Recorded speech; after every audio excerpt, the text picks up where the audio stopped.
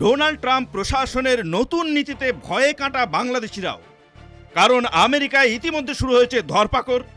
দেশের অন্দরে যে বা যারা অবৈধভাবে বসবাস করছেন তাদের দেশ থেকে বিতাড়িত করতে মরিয়া ট্রাম্পের দেশের পুলিশ। অর্থাৎ আমেরিকায় থাকার জন্য বৈধ কোনো নথি দেখাতে না পারলেই নিজ দেশে পাঠিয়ে দেওয়া হচ্ছে সেই নাগরিককে। ইতিমধ্যে 500-র বেশি অবৈধ অভিবাসীকে গ্রেপ্তারও করা হয়েছে। তাই এবার আমেরিকার বিভিন্ন প্রদেশে বসবাসকারী বাংলাদেশিরাও চিন্তায়। প্রেসিডেন্ট হিসেবে শপথ নেওয়ার পরপরই অবৈধ অভিবাসীদের দমন ও বহিষ্কারের ক্ষেত্রে বেশ কিছু বড় পদক্ষেপ শুরু করেছেন ডোনাল্ড ট্রাম্প।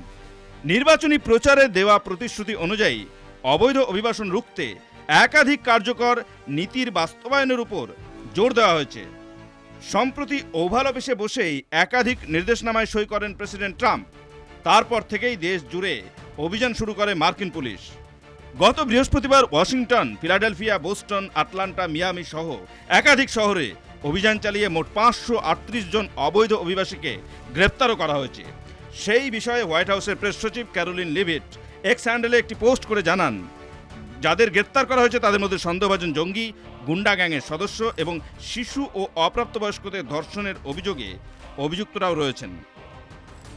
ক্যারোলিন লিভিট আরও বলেন, ট্রাম্প প্রশাসন গত 3 দিনে শতাধিক অবৈধ অভিবাসীকে গ্রেপ্তার করেছে। সামরিক বিমানে তাদের নিজ নিজ দেশে ফেরত পাঠানো হচ্ছে। আসলে ট্রাম্পের দেওয়া নির্বাচনী প্রতিশ্রুতির বাস্তবায়ন ঘটছে।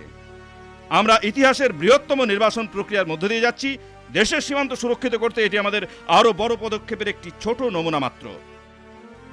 আন্তর্জাতিক সংবাদ মাধ্যমে প্রকাশিত তথ্য অনুযায়ী আমেরিকার স্কুল, গির্জার মতো সংবেদনশীল এলাকাতেও অভিযান চালিয়েছে অভিবাসন ও শুল্ক বিভাগের কর্মকর্তারা। 2011 সালে এইসব এলাকায় অভিযান না চালানোর নীতি চালু করেছিল তৎকালীন প্রশাসন। বাইডেন প্রশাসনও এই নীতি অব্যাহত রেখেছিল। তবে ট্রাম্প প্রশাসন এইসব সংবেদনশীল এলাকাতেও অভিযান চালানোর ক্ষেত্রে গ্রিন সিগন্যাল দেয়।